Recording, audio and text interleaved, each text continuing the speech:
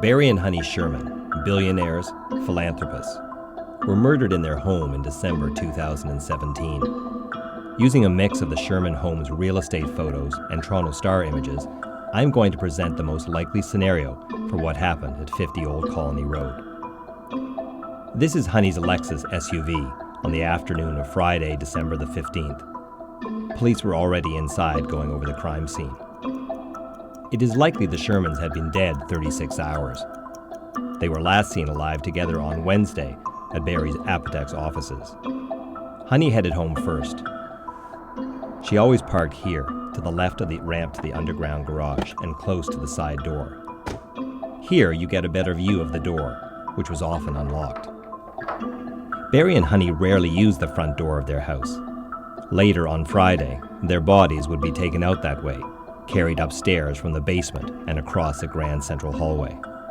The side door Honey normally used opens into a vestibule leading to the laundry room, kitchen, and breakfast area. Honey was likely home by 8 p.m.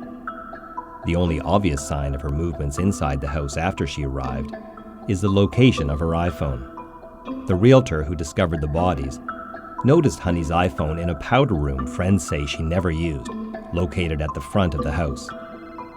The iPhone, with its jeweled case, was sitting upside down on the edge of the vanity. Sherman family and friends speculate Honey may have ran there to escape her attacker. There are two possible stairway routes for an attacker moving Honey from the main floor to the basement. One is in the middle of the house, leading down from the grand hallway on the main floor to the basement rec room. The other is at the back, a spiral staircase which ends in the basement closer to the pool where the bodies were eventually found. It has been speculated by family, friends, and forensic experts that some of the post-mortem damage to Honey's face was caused by her being dragged down the stairs.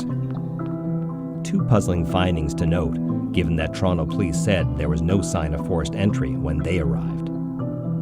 First, an open basement window. With the house for sale, the wall under a window in a front room had been painted to cover water damage. The window was left open to air out the smell. The day the Sherman bodies were discovered, the realtor and clients touring the house noted the window was open about 6 inches. The other finding of note was an unlocked outside door near the underground garage where Barry parked his car. The rarely used door leads into a stairwell. Steps go up to the patio outside on the west side of the house.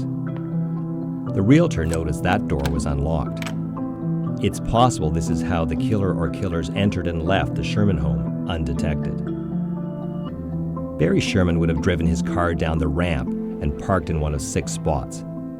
There are 2 exit doors from the garage, a small door into a utility room, and a double door into the hallway by the spiral staircase.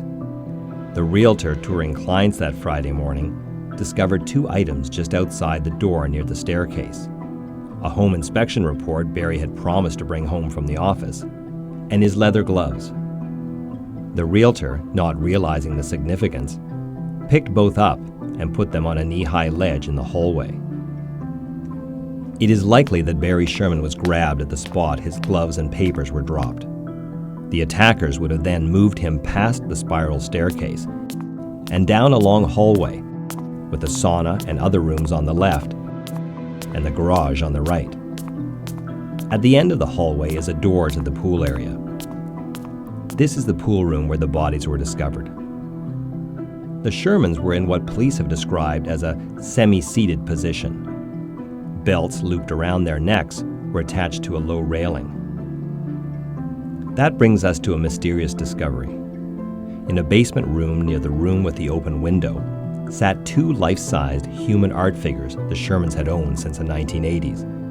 Created in a seated position, there is an eerie similarity to how the Shermans were positioned. Like the male sculpture, Barry's legs were crossed. The Sherman investigation continues.